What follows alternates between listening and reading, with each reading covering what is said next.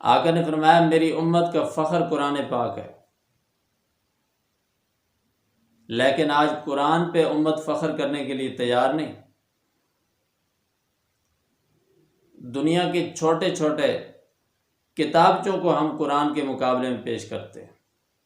جہاں قرآن پڑھنا ہوتا ہے، بسم اللہ پڑھنی ہوتی ہے، وہاں ہم انگلش بولنے کی کوشش کرتے ہیں۔ یہ کمزوری ہے ہماری۔ قرآن کے مقابلے میں انگلش کی کوئی حیثیت نہیں۔ انبیاء علیہ الصلوۃ کے دور میں انگلش کا کوئی نام و نشان ہی نہیں تھا۔ کسی نبی کو اللہ نے انگلش زبان نہیں عطا کی، کوئی کتاب انگلش میں نہیں اتری، کسی صحابی کو یہ زبان نہیں ملی، لیکن عربی میں اللہ نے قرآن اتارا۔ یہ نور ہے، یہ نبی کی زبان ہے۔ اس پہ ہمیں فخر بھی ہونا چاہیے، عبور بھی ہونا چاہیے۔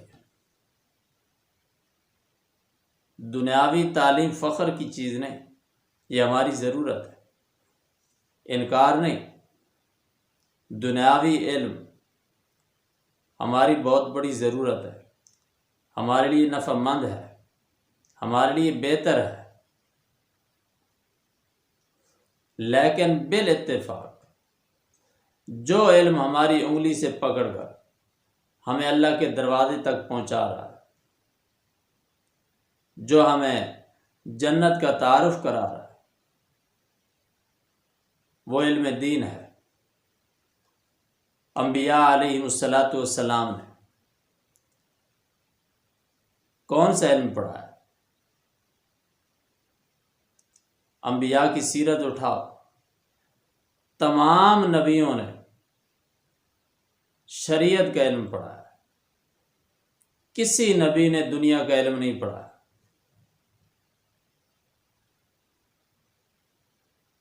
یہ ہم تحقیق کر سکتے ہیں۔ ہر پیغمبر نے اپنے ادارے میں، اپنی درسگاہ میں اپنے شاگردوں کو شریعت کا علم پڑھا ہے، توحید کا علم پڑھا ہے، جو آج مدارس دینیہ میں پڑھایا جا رہا ہے۔ آج ہم تو معاذ اللہ مدارس پہ فتوے لگاتے ہیں، دنیاوی اداروں کو مدارس کے مقابلے میں پیش کرتے ہیں۔ یہ ہماری غلط فہمی ہے۔ مدارس کی ہمیں قدر کرنی چاہیے، یہ اللہ کا انعام ہے۔ پھر پاکستان پہ خصوصی انعام ہے اللہ کا۔ سب سے زیادہ مدارس دینیہ پاکستان میں پائے جاتے ہیں۔ غیر ممالک سے لوگ علم دین کے حصول کے لیے پاکستان میں آ رہے ہیں، لیکن ہم ناقدرے ہیں۔ ناقدرہ نہیں بننا، ہم نے مدارس کا احترام کرنا ہے، مدارس کی قدر کرنی ہے، اس پہ اللہ کا شکر ادا کرنا ہے، اور اپنے بچوں کو دین کا علم پڑھانا ہے۔ بچوں کو دنیا کا علم پڑھائیں گے، یہ دنیا میں کام آئیں گے، دین کا علم پڑھائیں گے، آخرت میں کام آئیں گے۔ حدیث میں آتا ہے حافظ قرآن کے والدین کے سر پہ ایک ایسا روشن تاج رکھا جائے گا جس کے سامنے سورج سر جھکا دے گا۔ اس سے بڑھ کر فضیلت کیا ہو سکتی ہے؟ اس لیے ہم پہ لازم ہے ہم قرآن کی عظمت کو سمجھیں، دین کی عظمت کو سمجھیں، اور اس کے حقوق پورے کریں۔ میں نے ابتدا میں عرض کیا تھا قرآن کے حقوق پہ بھی بات کریں گے۔ قرآن پاک کے کچھ حقوق ہمارے ذمہ ہیں جنہیں ہم نے ادا کرنا ہے۔ سب سے پہلا حق یہ ہے ہم نے قرآن کا تہ دل سے احترام کرنا ہے۔ کوئی ایسا رویہ اختیار نہیں کرنا، زبان سے کوئی ایسا کلمہ نہیں ادا کرنا جس میں قرآن کی توہین ہو۔ دوسرا حق یہ ہے، ہم نے قرآن پڑھنا ہے، تلاوت کرنی ہے، مستقل مزاجی سے پڑھنا ہے۔ حدیث میں آتا ہے جس گھر میں قرآن پڑھا جاتا ہے وہ گھر آسمان والوں کو ایسے دکھائی دیتا ہے جیسے زمین والوں کو آسمان کے ستارے دکھائی دیتے۔ اس لیے قرآن پڑھو اور صحیح پڑھو، غلط نہ پڑھو۔ پہلے اچھے انداز سے سیکھو، جس عمر میں بھی ہو قرآن سیکھو۔ صحابہ رضی اللہ تعالی عنہم اجمعین جو آخری عمر میں اسلام لائے تھے، انہوں نے آخری عمر میں قرآن سیکھا۔ آخری عمر میں قرآن سیکھنا شرم کی بات نہیں، سعادت کی بات ہے۔ ضرور سیکھو۔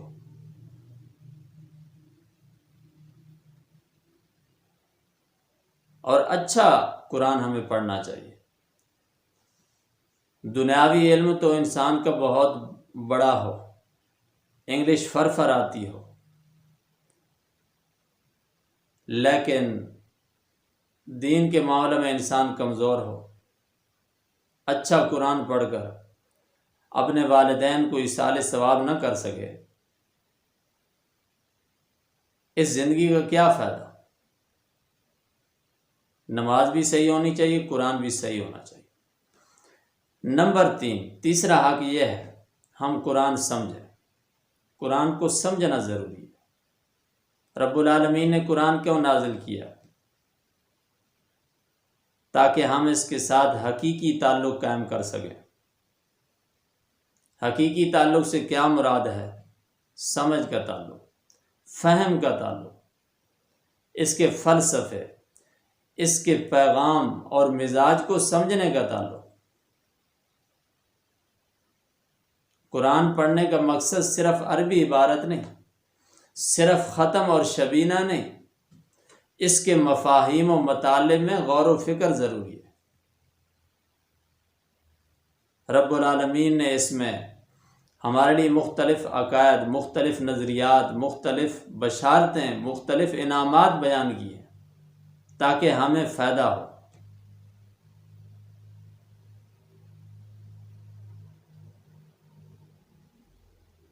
افسوس ہے ہماری مسلمانی پہ، آج ہمارا ایک رسمی تعلق ہے قرآن کے ساتھ۔ بوقت ضرورت قرآن کو استعمال کرتے ہیں تعویذ دھاگا کے لیے۔ مولوی صاحب بھینس دودھ نہیں دیتی، بکری دودھ نہیں دیتی، بیٹا رات کو نہیں سوتا، کوئی آیت بتاؤ۔ ان کاموں کے لیے قرآن کو رکھا ہوا ہے اور ہمارا قرآن سے کوئی تعلق نہیں۔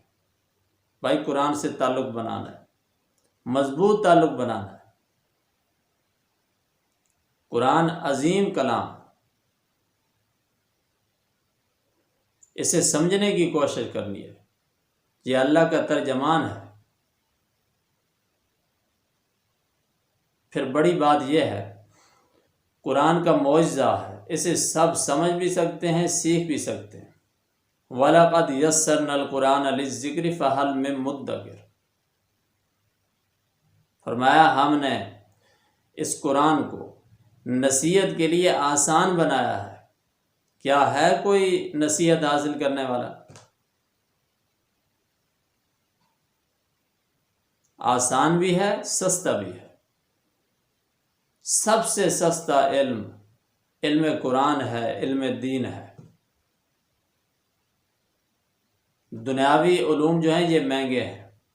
ہمارا کمزور طبقہ جو بمشکل 3 وقت کا کھانا عزت کے ساتھ کھا رہا ہے، یہ اپنے بچوں کو اعلیٰ تعلیم کے لیے اعلیٰ اداروں میں نہیں بھیج سکتا، کیونکہ وسائل نہیں۔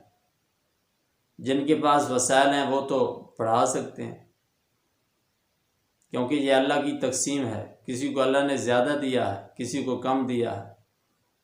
بعض چیزوں میں ہم ایک دوسرے سے آگے ہیں، بعض چیزوں میں ایک دوسرے سے پیچھے ہیں۔ تو جنہیں اللہ نے عطا کیا ہے وہ تو غیر ممالک میں بھی پڑھا سکتے ہیں۔ ہمارے شاہزادے، حکمرانوں کے بیٹے، حکمرانوں کی بیٹیاں یہ غیر ملکوں میں جاتے ہیں پڑھنے کے لیے، امریکہ اور لندن کی یونیورسٹیوں سے تعلیم حاصل کر کے آتے ہیں یہ لوگ۔ پاکستان میں پڑھنا بھی ان کی توہین ہے، پاکستان سے علاج کروانا بھی توہین ہے، جبکہ عوام کی حالت یہ ہے، عوام کا غریب طبقہ اپنے بچوں کو ملک میں اچھے اداروں میں نہیں پڑھا سکتا۔ بعض کے لیے نظام تعلیم اور ہے، بعض کے لیے اور ہے، بات قابل غور ہے، لیکن دین میں ایسا نہیں۔ مدارس دینیہ میں جاؤ، جہاں وحی کے علوم پڑھائے جا رہے ہیں، قال اللہ قال رسول صلی اللہ علیہ وسلم کی صدائیں آ رہی ہیں، جا کر دیکھو، چاہے امیر باپ کا بیٹا ہے، چاہے غریب باپ کا بیٹا ہے، چاہے چھوٹے خاندان کا ہے، چاہے بڑے خاندان کا ہے، ایک استاد کے پاس بیٹھ کر، ایک چٹائی پہ بیٹھ کر، ایک درسگاہ میں بیٹھ کر دین کا علم حاصل کر رہا ہے۔ چھوٹے بڑے سب ایک ادارے سے فارغ التحصیل ہیں، وہاں کوئی چھوٹا بڑا نہیں، کیونکہ دین برابری کا درس دیتا ہے۔ امیر غریب سب دین کا علم حاصل کر کے ترقی کر سکتے ہیں۔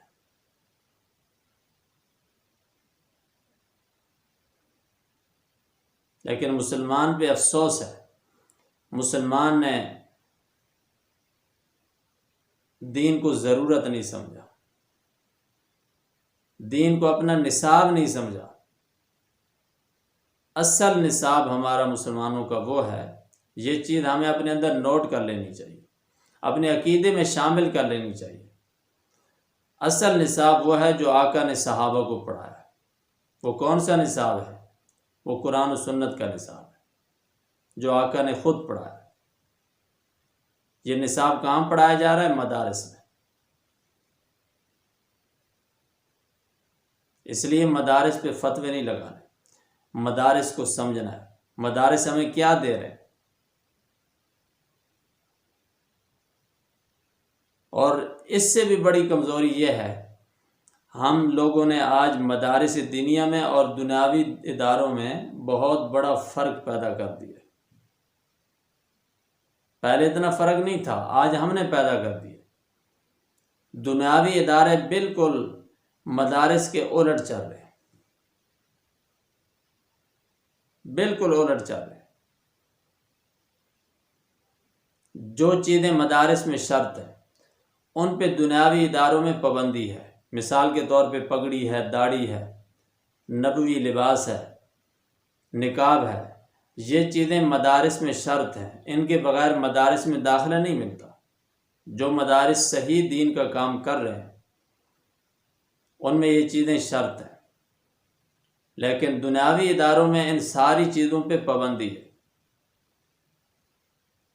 بلکہ مملکت خدا داد اسلامیہ جمہوریہ پاکستان، جو خالص اسلام کے نام پہ حاصل کیا گیا، اس ملک میں ایسے ادارے بھی ہیں